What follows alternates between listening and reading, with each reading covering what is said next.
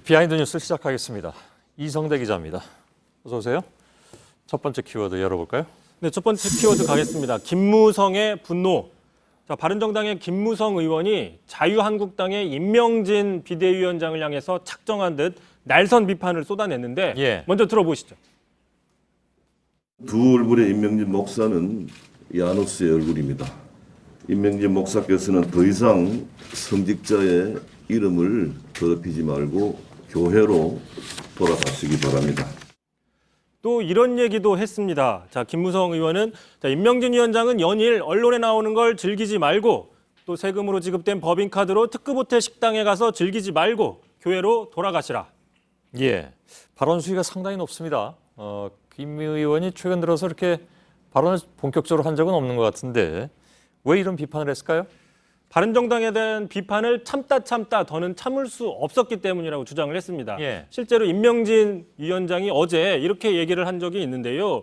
자, 인간의 도리를 하지 못하는 사람들이 나가서 무슨 염치로 정치를 하겠다는 거냐. 자, 이름만 바른정당이라고 지으면 바른정치가 되는 것이냐라고 바른정당을 비판했기 때문입니다. 자, 특히 김무성 의원은 최순실 사건 초기에 임 위원장이 자신더러 새누리당을 탈당하라고 주변에 권유했다는 사실도 공개를 했는데 자, 이제 와서는 이렇게 비난하는 거는 두 얼굴이다라고 비판을 하고 있는 겁니다. 그러니까 이면에서는 탈당하라고 주장을 했다. 이런 얘기군요.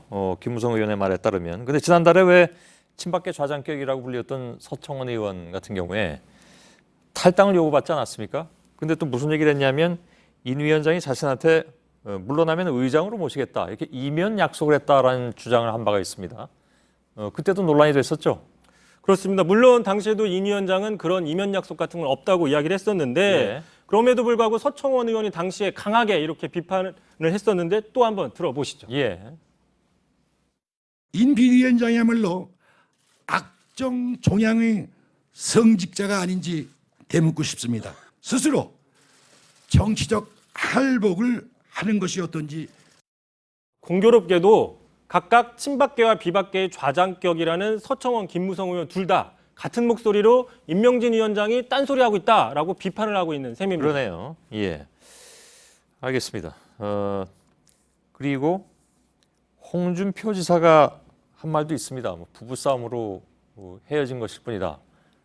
결국은 이제 같은 뿌리다 이렇게 계속 또 얘기하는 사람들도 있는데 아무튼 바른정당으로서는 이래저래 당의 정체성 가지고 방어도 해야 되고 공격도 해야 되고 그런 상황이 지속되는 것 같습니다. 다음 키워드는요? 두 번째 키워드 보겠습니다. 8시까지 투표한다.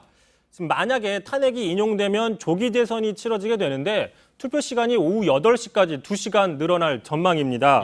자, 조기 대선은 선거법상 보궐선거이기 때문인데요. 그래서 지금 인수위도 설치가 안 되는 거죠. 자, 공직선거법상 보궐선거의 투표 시간은 오후 8시까지로 규정이 되어 있습니다. 투표 시간 연장 문제는 정치권에서 이견이 나올 수도 있는데 선관위도 같은 입장인가요?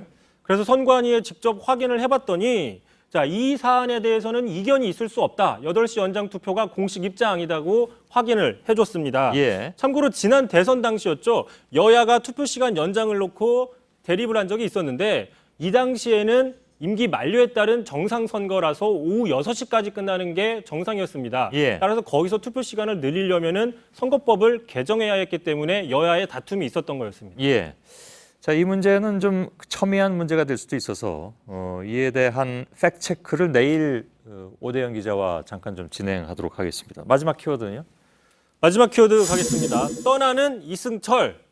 가수 이승철 아니죠? 이승철 가수가 아니고요. 그 전경련 부회장 이승철 부회장입니다. 조만간 퇴임을 하게 되는데 퇴직금을 20억 원에 이르는 퇴직금을 받는 걸로 알려져서 논란이 일고 있습니다. 자, 이 역시 전경련 측에 직접 확인을 해봤더니 내일 모레죠. 24일 그만두는 건 맞고 다만 퇴직금은 개인정보라서 확인해 줄 수 없다라고 얘기를 했습니다. 하지만 시민단체 같은 경제개혁연대 같은 곳은 퇴직금 20억 원, 고액 퇴직금인데 이게 과연 적절하느냐 내역을 밝히라고 요구하고 있습니다. 지금 이른바 4대 기업이 모두 전경련을 탈퇴한 상황이기도 하죠. 전경련이 이제는 해체 수순으로 가는 게 아니냐 이런 얘기도 나오긴 하는데 아무튼 전경련을 좀 정경유착으로 끌어들인 책임에서 그렇게 자유롭지는 않지 않느냐 이승철 부회장이. 그래서 아마 이런 비난도 나오는 모양입니다.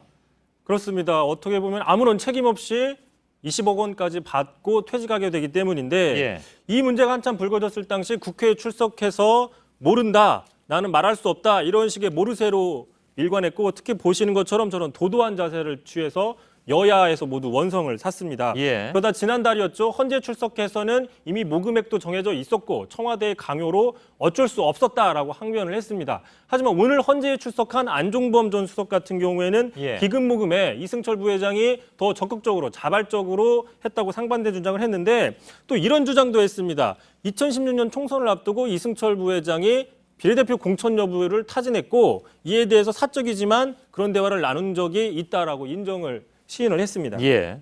오늘 헌재에서는 정말 여러 가지 얘기가 나왔군요. 예, 이성대 기자였습니다.